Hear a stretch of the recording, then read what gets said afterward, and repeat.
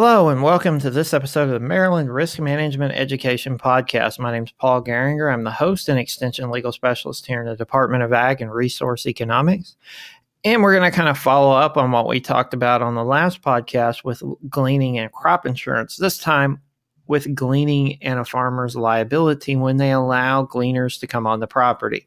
It's getting to be that time of year when many of you might be allowing gleaning on your farms here in Maryland. And we need to often think about, what is that liability? What happens if one of those gleaners gets hurt on the property?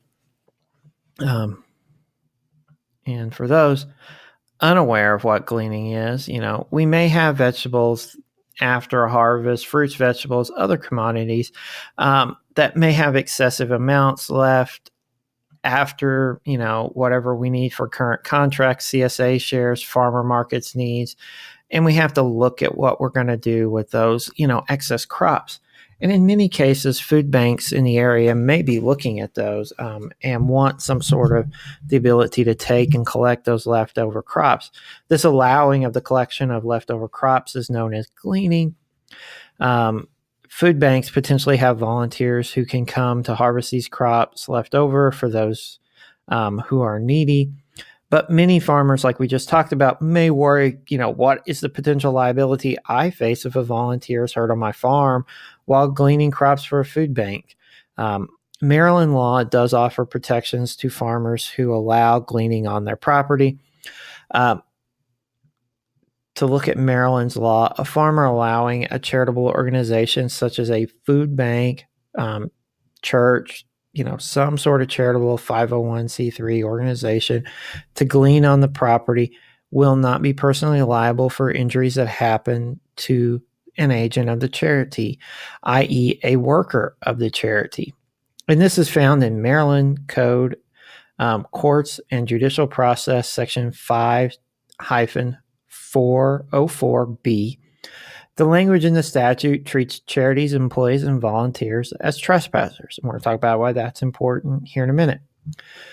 Maryland law requires a farmer allowing a charity to glean on their property to refrain from willful or malicious injury of the charity's employees or volunteers, similar to the duty of care you owe a trespasser coming on your property.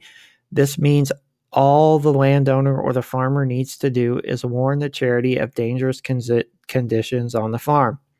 For example, say volunteers will be using a shed on the farm while gleaning. Unknown to the volunteers, a storm has made the shed unsafe and the farmer has been told not to use the shed until it is repaired. The farmer would need to warn the charity and the volunteers not to use the shed until the repairs are made. They would have to find another place to go. As long as you do that, you're good. If they still go in the building, they still use it, they still get hurt, they've been warned. There's not much that could happen at that point. As you can see, Maryland law provides liability protection for those farmers who want to donate produce and other products to charities. The liability protection is there to encourage farmers to donate unharvested food crop produce, which might normally rot in the field. One quick note, if you are in Virginia or Delaware and you're listening to this, or another state, because it is going out on the World Wide Web, a search of your state's laws by me did not turn up a similar statute. I did not look at any other state laws potentially. I was only looking at those focused around states that may ask me questions based on seeing this. So if you're in another state, there are some good resources up there, and I will put those in the show notes for you so you can see those. Producers in these states or other states would be encouraged to talk to lawyers about this, and I will put up, I cannot remember the website off the top of my head, but as I'm recording this, I remember there is a website through the Vermont School of Law, I believe, their Ag and Food Law Center, focused on helping producers understand what the gleaning statutes are in their states.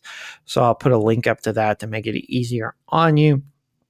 If you have any questions on this episode, please do not be afraid to email me at lgoering@umd.edu. I should point out there is a new contact feature on the website associated with this. You can contact me there. as well, and I will get back with you. Or you can tweet me at aglawpaul. Please, tweet, email, use the contact form to send questions you might have or give ideas for future topics that should be covered. So thank you for listening and enjoy the rest of your day.